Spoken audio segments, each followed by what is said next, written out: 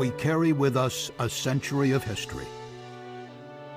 It's in the hours we work and the time we have off. It's in the pay we get and the retirement we've earned. There's history in the coats on our backs, in the equipment we use, and even in the air that we breathe. Because every piece of gear we have, every benefit we enjoy, was won for us by our brothers and sisters brave enough to stand together and fight like no other union in North America, and to secure for each of us a better future.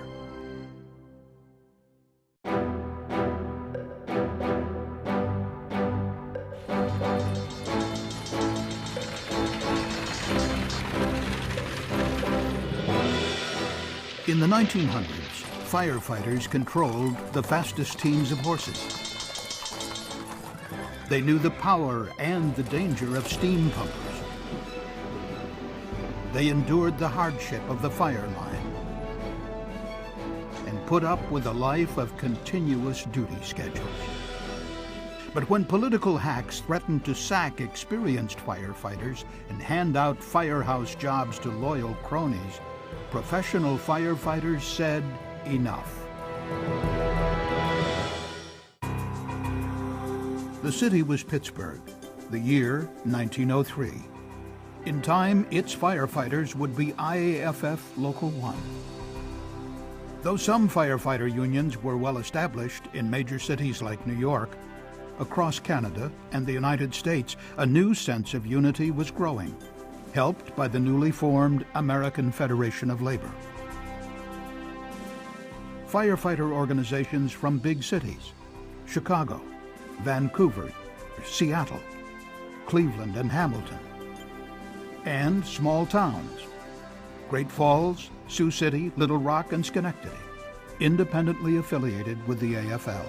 And in 1917, when firefighters in Tacoma, Washington, after years of always being on duty, finally won a 2-platoon schedule, they said they felt like they'd been let out of jail. Their union strength broke the backs of the city politicians.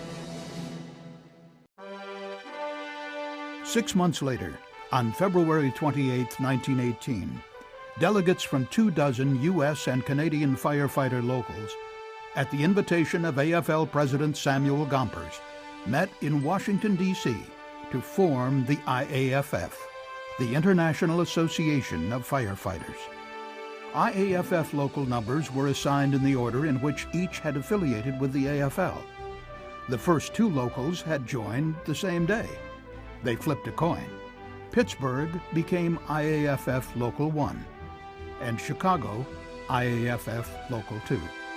Professional firefighters had common goals: live and work with dignity, with care for their safety, and concern for their families. By the time our charter was presented, 59 locals had joined, and by the end of the first year, there were 149. Organizing was not easy. Anti-union business and political interests preyed on public fears of socialism and anarchy, banning and breaking some IAFF locals. Many men suffered departmental persecution, demotion, and even discharge when they dared to stand up for the cause of unionism. But every fire department that organized with the IAFF noted a significant increase in firefighter morale and in operating efficiency.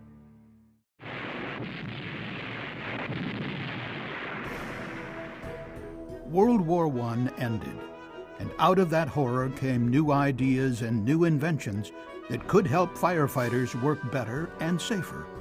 Mechanical engines and pneumatic tires meant quicker, better response, lowering the loss of life and property. But even in the prosperity of the Roaring '20s, local governments were slow to accept change. 2-platoon system firefighters often worked over 80 hours a week. In 1921, the IAFF joined with other unions to form a permanent AFL Legislative Council. They knew political decisions affected their jobs. By 1924, most firefighters in Canadian provinces were successful in negotiating hours of work and pensions. Then came the Great Depression. Employers had a take-it-or-leave-it posture toward pay and even safety. During the Depression, the IAFF spirit of community service shone through as firefighters organized sunshine divisions, bringing food and clothing to those in need. And there were innovations. Two-way radios meant better control, and improved breathing equipment meant better protection for firefighters as they went into burning buildings to save a life or fight the fire. And we made political gains. Defined benefit plans were won by many of our locals, such as Chicago, where the Firemen's Annuity and Benefit Fund of Chicago was established in 1931.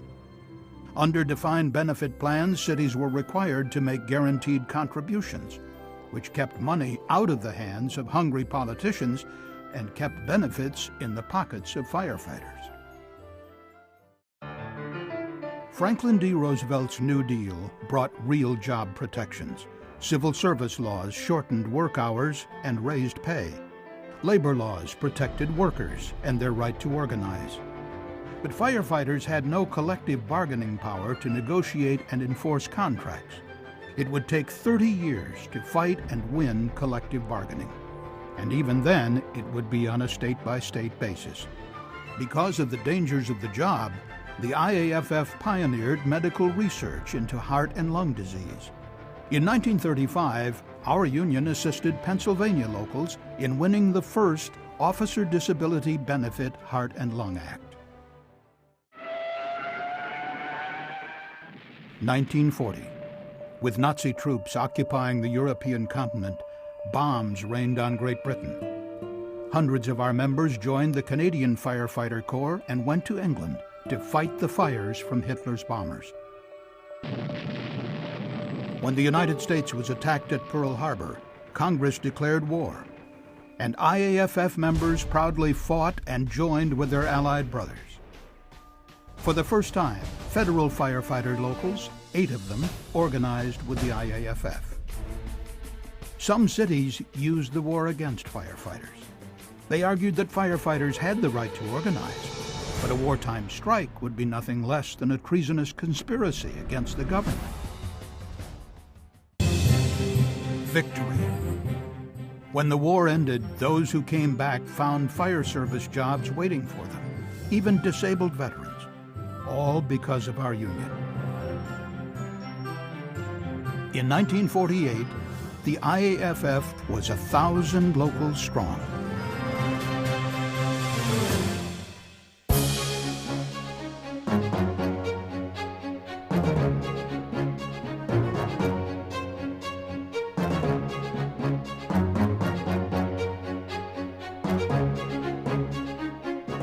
A great union is more than just numbers. And as the IAFF grew, so did our service to firefighters and our communities. In 1954, we adopted the Muscular Dystrophy Association as our charity in the United States and Canada. Since then, we've raised $500 million to help fund research and treatment to fight muscular diseases. The dangers of the job are well known, because this union has led the investigations into the occupational hazards of firefighting. In 1958, we formed the IAFF John P. Redmond Foundation that established a medical library to assist locals in the presentation of disability and pension cases. In 1960, IAFF delegates supported a resolution calling for a 35-hour duty week, and this work paid off as we began to win shorter duty hours in many areas of the U.S. and Canada. We choose to go to the moon. Our profession was also shaped by social and political change. What we learned about saving lives on the battlefield, we brought to civilians on the street. Victims of accidents, trauma, and cardiac arrest, once doomed to death in a ditch, were literally given back their lives by firefighters. We're going to take you to the hospital real quick, okay? Our communities received the same rapid response from specially trained firefighter EMTs and paramedics for medical emergencies as they had received for fire suppression. On the political front, from state to state, firefighters were fighting for collective bargaining and winning, first in the state of Wisconsin, and then Washington and New York. Pennsylvania, Michigan, Massachusetts, and Iowa would soon follow. Nationally, the IAFF scored a major legislative victory in 1968 with passage of the Federal Fire Research Act. The law focused attention on fire safety problems and led to establishment of the National Fire Academy. And 4 years after the first maple leaf flew above Parliament, the IAFF opened its office in Ottawa for IAFF members throughout Canada. Our union was growing in strength and numbers. By 1968, we totaled 130,000 members in 1,300 locals. Just 4 years later, over 158,000 belonged to the IAFF. We knew that our members' lives and livelihoods could be changed by the actions of government, and we stepped up our political activity, creating Fire PAC to represent firefighter issues in federal, state, and provincial political arenas. When President Gerald Ford signed the Public Safety Officers Benefits Act, we had won an 8-year battle to help families of firefighters killed in the line of duty. But our concern didn't end there. In 1977, we established McLennan scholarships that would help with the costs of higher education for the children of firefighters who had been killed in the line of duty. The IAFF at 60 was a force for change, a good neighbor in the communities we serve, and a powerful advocate in the realm of politics.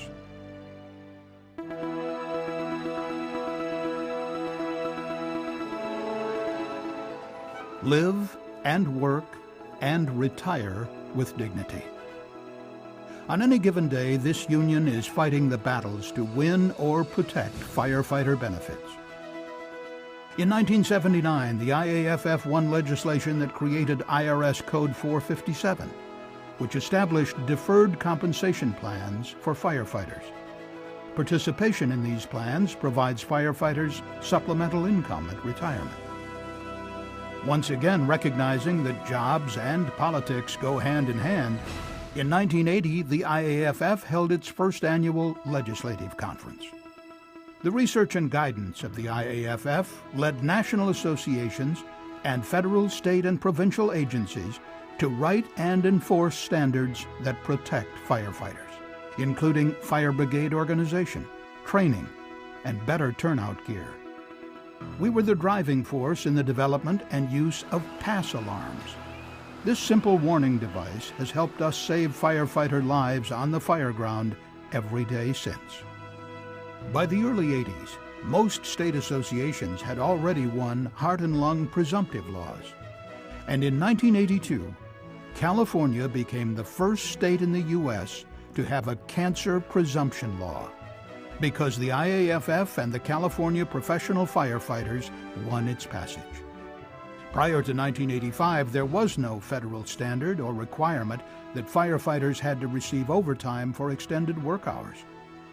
That year, the Supreme Court ruled that the Federal Fair Labor Standards Act applied to state and local municipal employees. In response, the IAFF worked to pass FLSA amendments requiring overtime for IAFF members.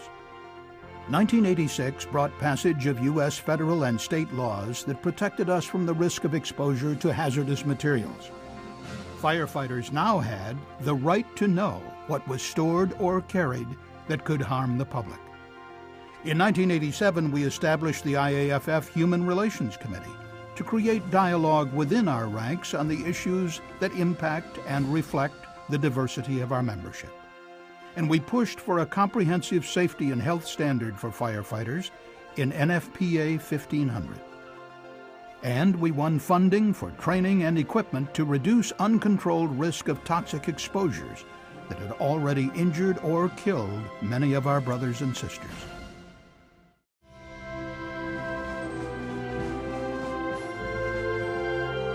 Every year since 1985, we have honored the memory of those brothers and sisters who have made the ultimate sacrifice.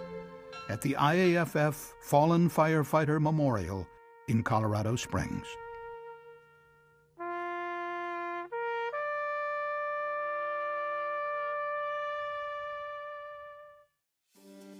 In May 1991, the first Canadian Legislative Conference met to discuss the need for PSOB laws for our 20,000 members.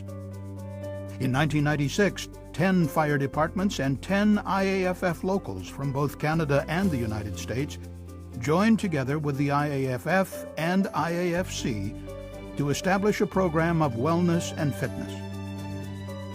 And at the same time, they agreed to standards which established the non-punitive Candidate Physical Ability Test, CPAT. The decade ended with the tragic loss of 6 IAFF members in Worcester, Massachusetts, during a fire in an abandoned cold storage warehouse. The funeral was attended by the President and Vice President of the United States.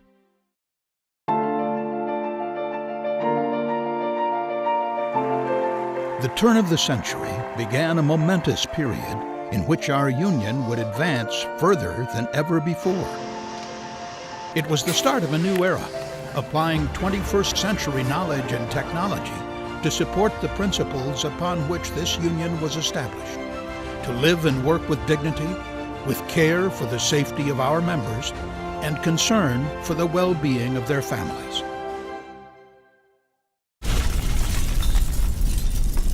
Often, in our profession, unthinkable tragedies have been the catalyst for historic gains.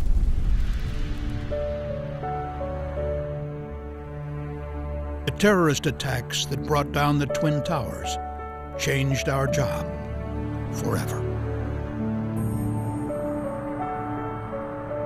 The IAFF immediately began providing assistance to our members still working at Ground Zero and the Pentagon, and to the families of the fallen. We have distributed more than $162 million to the families of those killed that day.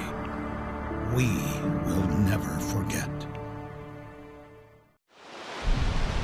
As a direct result of this tragedy, our union created a blueprint for providing immediate financial and emotional support for IAFF members after devastating losses following hurricanes, flooding, wildfires, tornadoes, and other disasters. We track storms to identify IAFF members in the path of disaster, and we respond quickly. Wherever there's a need, the IAFF is there.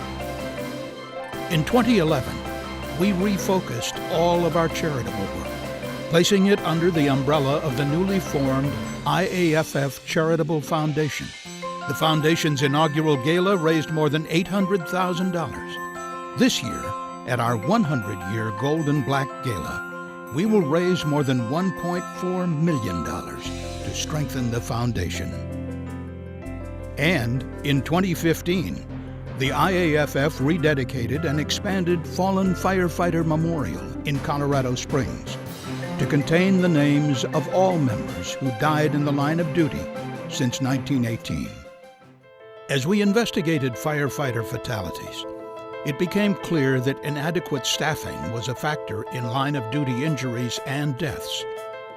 Through our efforts, Congress continued to support the Fire Act and passed the SAFER Act, making it possible to hire, retain, and rehire more than 20,000 firefighters. In Canada, the IAFF won funding for hazmat and terrorist incident response training programs and fought for pension reform and presumptive disease legislation. Early in this new century, the IAFF made another innovative move, creating our own financial corporation, a for-profit enterprise owned by our membership to provide solid financial services at a discount to our members, while creating additional revenue streams for our union. The IAFF also established E18 Media, your rapid response team for full-service audio and video production that ties in directly to the IAFF's communications and strategic campaigns team. Provide the immediate providing our affiliates with full-service public relations and communications needs, reaching members and the public through print, the web, social media, and broadcast to get our message out early and often. And we built the Guardian Policy legal program to protect the leaders of our affiliates who have been unfairly disciplined for doing their job protecting our members. In the political arena, the endorsement of our gold and black IAFF Firefighters 4 political brand is sought after by candidates at all levels, regardless of political party. And when combined with our political action committees, FirePAC and FirePAC Canada, our political voice, brand, and financial power have made our union one of the most powerful political operations, fighting and winning for our members in elections and on ballot measures that affect firefighter and paramedic jobs, health and safety, rights at work, and the right to a secure retirement. We lobby in the U.S. Congress and Canadian Parliament, and at every level of state, provincial, and local government. The IAFF's unmatched expertise has enabled our states and provinces to win and amend presumptive disease laws and regulations that currently protect our members in 42 states, 7 provinces, and 2 territories. We're working tenaciously to expand cancer presumptive protections to the states that don't yet have them, and add coverage for more cancers and behavioral health related to the job. Throughout this century, the IAFF has worked tirelessly to empower leaders and members through education. The IAFF created the Affiliate Leadership Training Summit in 2001. And now, each year, we train more than 1,400 leaders to provide the best representation in the labor movement. Every other year, this summit is combined with the Human Relations Conference, bringing hundreds of us together to learn and exchange ideas about ways to make this great profession more accessible to everyone. Work together and build together. We launched our Canadian Political Training Academy in 2011 and our Communication Training Academy in 2015 to train IAFF leaders and members in communication and campaign strategies. These annual events are modeled after our incredibly successful U.S. Political Training Academy, which has already helped more than 300 of our own win election to public office. And we conduct many other education efforts, not only in political action, but also partnership education, district, state, and provincial caucuses, and wildland training. Our groundbreaking Fire Ground Survival Program trains our members in cities all across both countries in how to protect their lives when they get trapped in a bad situation in a fire. The Wellness Fitness Initiative has changed the way firefighters approach physical and behavioral health. Today, more than 6,000 certified peer fitness trainers are available to help IAFF brothers and sisters recover from injuries and stay on the job. This IAFF has also engaged in a comprehensive campaign to raise standards and protections for our members and public safety to assure safe, efficient, and effective fire ground operation and to protect firefighter lives. And now, when local governments propose compromises in standards or staffing that threaten public safety, we have science and national standards to state our case, and we win. Above all, this IAFF has focused its resources and efforts on improving members' safety to ensure that everyone goes home in good health. We're working to protect you from cancer by understanding the cause and effect of the toxic exposures you experience every day on the job, by developing protocols for prevention, cutting-edge monitoring, by looking at innovative research for detection and treatment, and by establishing a national cancer registry. We want to ensure that all IAFF members can work an entire career and live to enjoy what they've earned from the service they've given.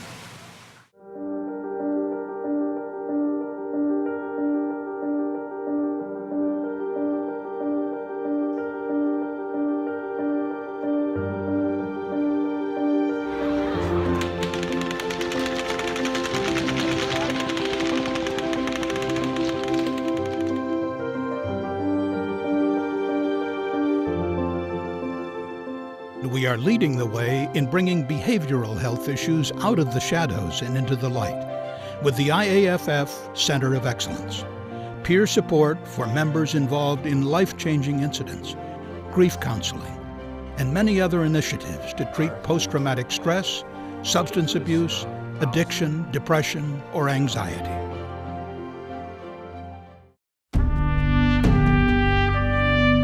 Today, in our 100th year, the IAFF is 313,000 members strong, organized in more than 3,400 active locals, and representing nearly 90% of the full-time professional firefighters and paramedics in the United States and Canada. Backed by a century of progress through unity, the IAFF will continue to fight and win for the next 100 years. Wherever and whenever our members need the strength of